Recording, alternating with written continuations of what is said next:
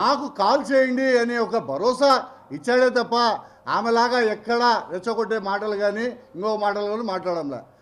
అదే ఆమె నిన్న ఎంత ఫ్రస్ట్రేషన్గా మాట్లాడుతుందంటే గంజాయి బ్యాచ్ ఏమ్మా 1.5 సంవత్సరం అవుతుంది కూటమి ప్రభుత్వం అధికారంలోకి వచ్చి నువ్వు వచ్చి గెలిచి మరి ఎందుకు అరికట్టలేకపోయావు? ఇదే గంజాయిని నువ్వు ఎందుకు అరికట్టలేకపోయావు?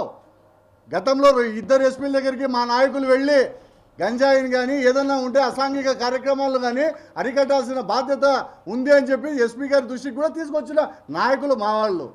నోరు ఉంది కదా అని ఏది మాట్లాడితే అది చెల్లదు. కడప నగరంలో తీసుకుంటే గతంలో నేను 30 సంవత్సరాల నుంచి రాజకీయంలో ఉన్నాను. శివానందరెడ్డి గారు ఎమ్మెల్యే గెలిచినప్పటి నుంచి మొన్నటికి మా అంజాదన్న 2 తూర్లు ఉన్నప్పటి వరకు కూడా ఎక్కడ ఏదైనా జరిగినా కూడా ఎన్నికల వరకే. ఎన్నికల తర్వాత ఒకరికొకరు ఎక్కడైనా కనిపిస్తే మాట్లాడుకుంటారు, పాప్యంగా పలకరించుకుంటారు తప్ప ఈ మీలాగా కక్షలు కార్పణ్యాలు చేసే విధంగా రెచ్చగొట్టే మాటలు మాట్లాడే విధంగా ఎక్కడ చేసిన దాఖలాలే లేవు. అది మా నాయకుల సంస్కృతి. మా నాయకుల గురించి నీకు మాట్లాడే అర్హతే లేదు. ఇంకో మాట అన్నావు, కడప రెడ్డి, నేను రెడ్డిని, నాకు సంబంధించి మొత్తం ఈసారి మొత్తం చరిత్ర ఉన్నంత వరకు రెడ్డి వస్తాడు అంటే నీకు అన్ని వర్గాల వాళ్ళు, అన్ని జాతుల వాళ్ళు, అన్ని కులాల వాళ్ళు నీకు ఓట్లు వేసి గెలిపించలేదా? కేవలం నువ్వు ఒక రెడ్డి సామాజిక వర్గాన్ని దృష్టిలో పెట్టుకొని మాట్లాడుతున్నావా? ఇదేనా నువ్వు ఇచ్చే మెసేజ్? అంతేకాకుండా దాడుల గురించి మీరు చెప్తా అంటే ఊసరవెల్లి మాట్లాడినట్టు ఉంది, నవ్విపోతురు కాక నాకేంటి అన్నట్టు ఉంది. నువ్వు అధికారంలోకి వచ్చి ఎమ్మెల్యే అయితేనే మీ నగర అధ్యక్షుడి పైన దాడి చేసింది ఎవరో కడప ప్రజలందరికీ విదితమే. నువ్వు మాట్లాడుతున్నావు మహిళల గురించి.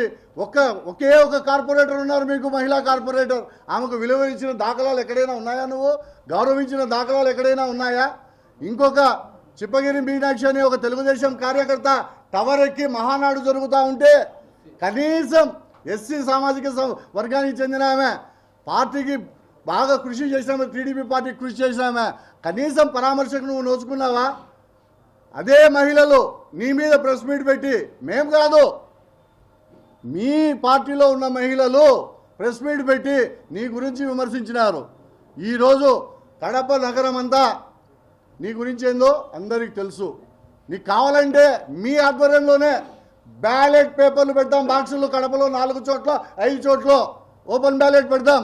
మా నాయకుడి గురించి, నీ గురించి ఏది రిజల్ట్ వస్తారో దానికి కట్టుబడి ఉంటాం. మీరు సిద్ధమేనా అని అడుగుతున్నా. ప్రభుత్వం గురించి, అక్రమాల గురించి మాట్లాడుతున్నారు.